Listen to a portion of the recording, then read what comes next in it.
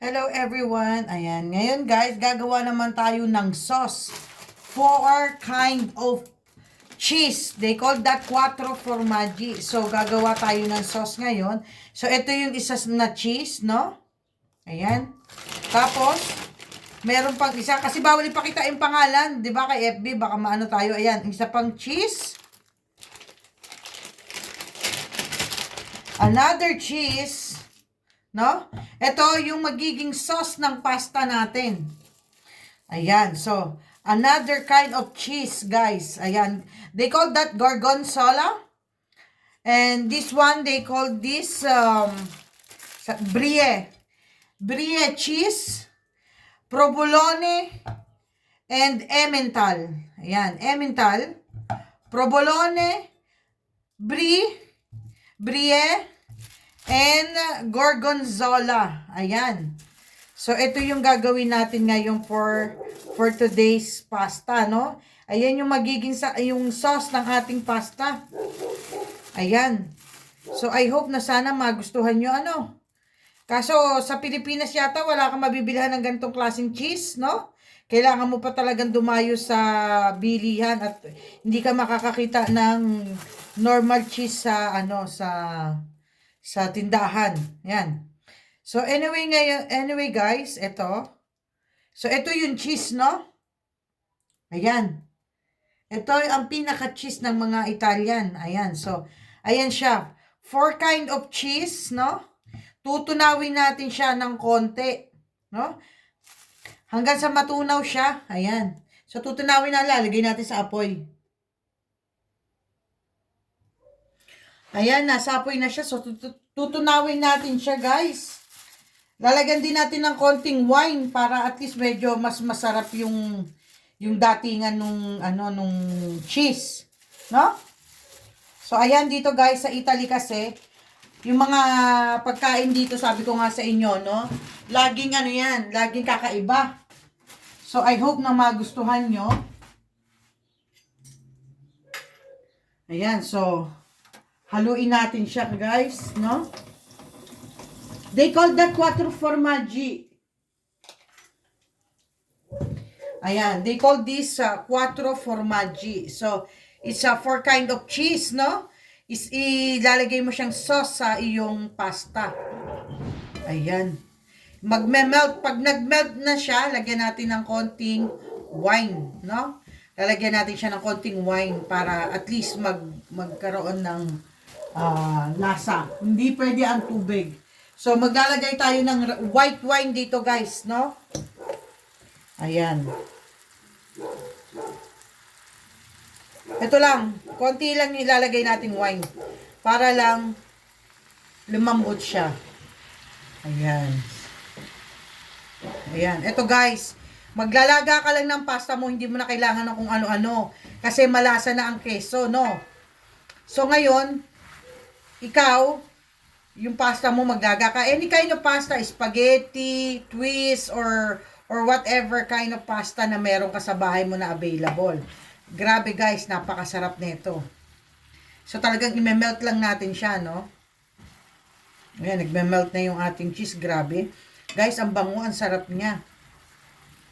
Four kind of cheese. They call that here in Italy, quattro formaggi. Pasta ay quattro formaggi. So, ito yan guys. Ito yung nagpapasarap sa pagkain ng mga Italiano. Yan, gustong-gusto nila to. Nako. So, tutunawin natin siya ng maigi guys. Sa mahinang apoy. Nakikita nyo naman guys, no? Oh. Nagme-melt. Grabe guys, ang sarap nito. So, pag me-melt natin siya ng maigi yung ating keso, no? Ayan.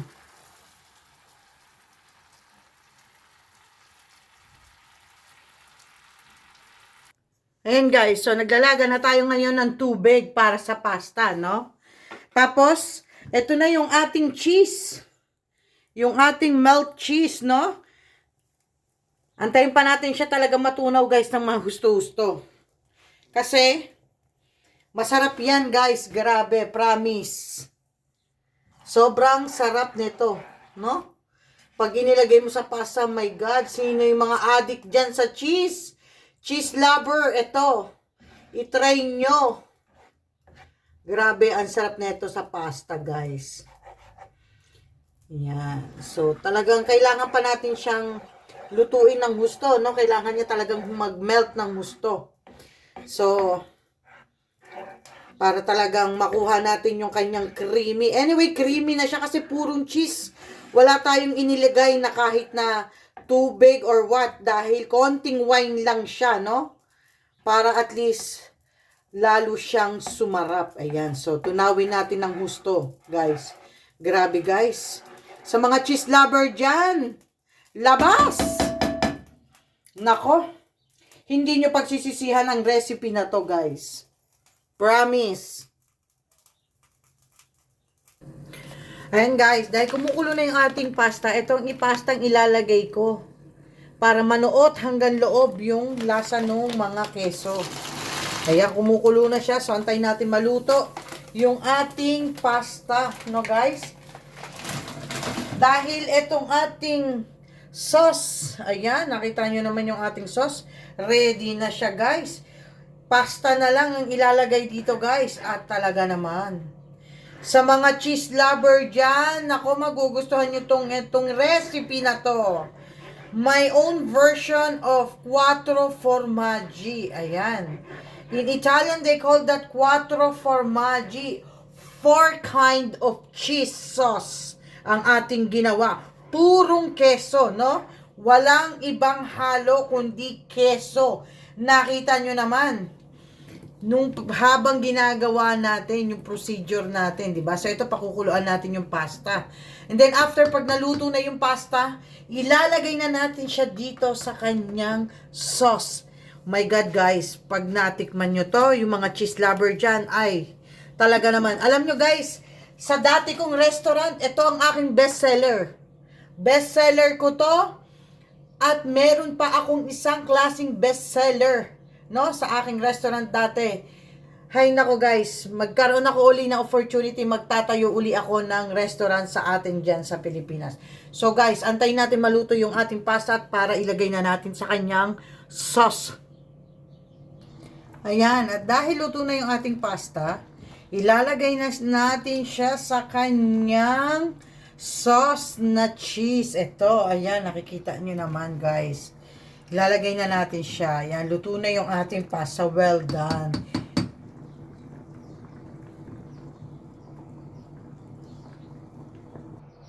Yan na yung ating cheese sauce, no? Ilalagay na natin ngayon yung ating pasta. Ayan. Para at least ma-well combine sila, guys. Ayan. So, ilagay na natin yung iba pang pastang natitira. Yun. Wow. Haluin na natin siya. Ay, grabe guys. Wow. So, ibaba natin ng konti yung ating cam. Ayan, para kitang-kita ninyo guys. Grabe guys, talagang creamy siya, oh. Ito yung ating 4 kind of pasta. Quattro formaggi kung tawagin dito sa Italy.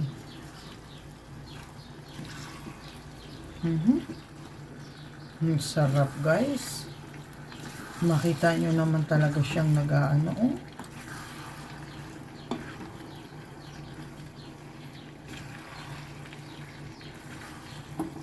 Nagkakanda, laglag na.